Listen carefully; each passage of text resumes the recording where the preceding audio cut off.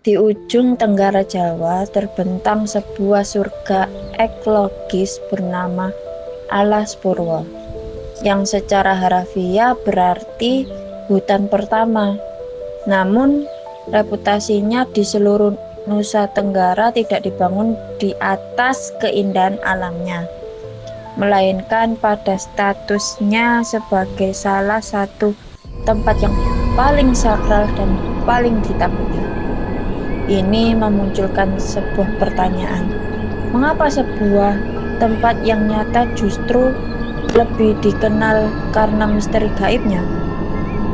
Mengapa Alas Purwo tidak hanya dianggap sebagai hutan, tetapi juga sebagai gerbang?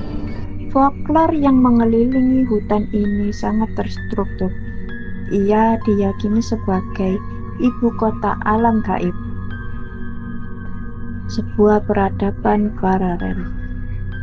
Dengan istana di dalam goa istana dan penjaga seperti Putri Gayatri. Ancaman yang dirasakan bukanlah dari hantu acak, melainkan dari potensi pelanggaran terhadap tatanan dunia lain. Secara psikologis ini menciptakan perasaan bukan sekedar takut, tetapi perasaan menjadi penyusup. Ketakutan paling mendasar di sini adalah mitos tentang ketersesatan. Tapi bagaimana jika hutan ini secara fisik mampu membengkokkan persepsi kita? Fenomena Woodstock menjelaskan bagaimana disorientasi di hutan monoton dapat memicu kepanikan ekstrim dan keputusan irasional. Lalu, ada pandangan, jangan menoleh jika nama dipanggil. Ini berakar pada pareidolia auditoris, kecenderungan otak kita untuk salah menafsirkan desau angin atau gemerisik daun sebagai suara yang familiar. Terornya bukan dari luar, tapi dari dalam. Bahkan ada potensi infrasonik, gelombang suara frekuensi rendah dari alam yang terbukti dapat memicu perasaan cemas, paranoia, dan halusinasi visual. Hutan ini tidak perlu hantu. Ia bisa membuat kita menciptakan hantu kita sendiri. Kekuatan Alas Purwo tampaknya berinteraksi langsung dengan niat pengunjungnya.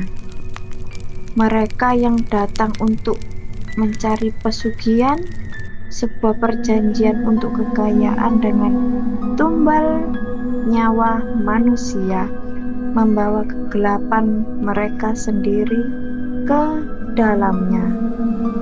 Disinilah horor mencapai puncaknya.